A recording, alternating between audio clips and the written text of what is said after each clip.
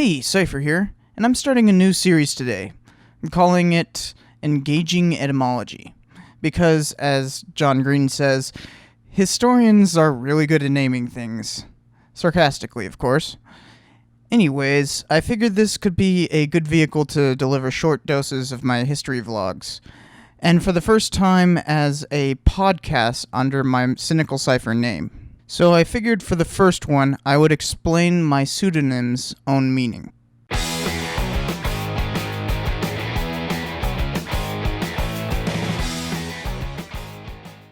A cipher is normally a code for making a form of communications secretive.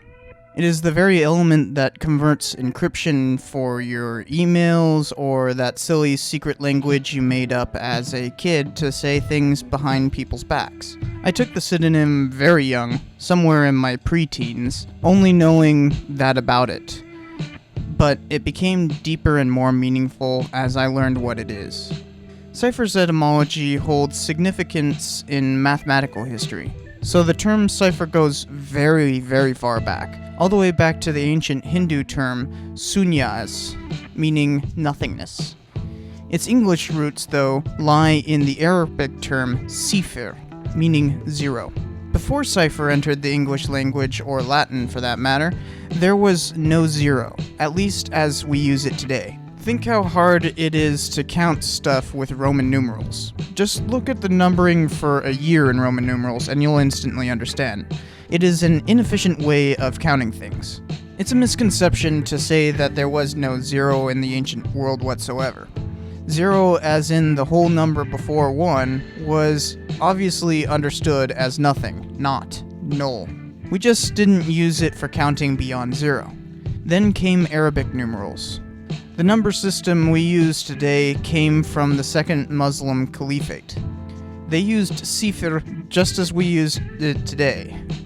And through the cultural intermixing of the Crusades and the Silk Trade Road, the system became known to Europe. The great mathematician Fibonacci wrote a treatise on why Europe should adopt the system, and slowly it did so, infusing the word cipher into English in the process. The reason why we don't use the term cipher to describe zero anymore is that the term zero actually has the same roots. It entered through French before coming into English, but eventually it came and we got two words meaning exactly the same thing. Something many English speakers don't realize is that our language doesn't really support redundant words. So when two words are perfectly interchangeable, one of them generally fades away from usage. Synonyms actually have a slightly different meaning from one another and are not perfectly interchangeable. They cannot replace one another in all instances. This will come up again with cipher. As the years crept by, the term cipher became used as a word for changing of words between numbers in cryptology.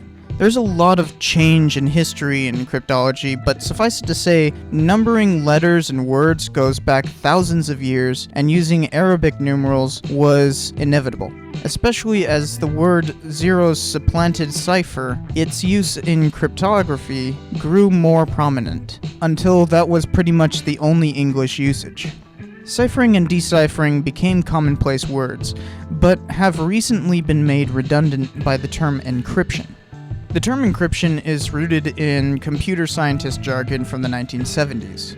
Before that, the root word crypto was used for saying something was mysterious or somehow alike, such as cryptology and crypto-fascist.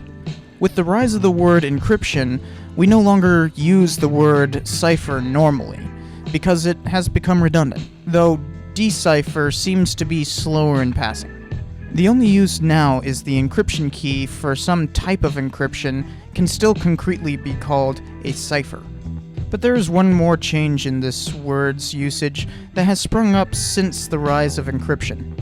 Hackers have been taking it as their handles, which is hacker jargon for pseudonym, since the craft started in the 70s, and that's pretty much where I derived my pseudonym. This brought a subtle change to the word, though. Back in 1971, the Anarchist Cookbook was first published. This became the go-to manual for phone phreakers and early hackers. In it, there was a chapter about how words were supposed to be changed around in their spelling. For instance, it specified that F's were supposed to be changed to PH's, and I's were supposed to be changed to Y's. That is why you see my name in the channel spelled with Y.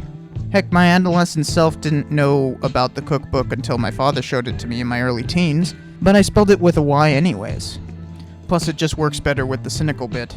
And that's pretty much everything you ever needed to know about the word cipher and its etymology. Strange how one word can have such a historical significance, huh? Trust me, the upcoming episodes will have just as much. So subscribe to get that, and I'll see you next time.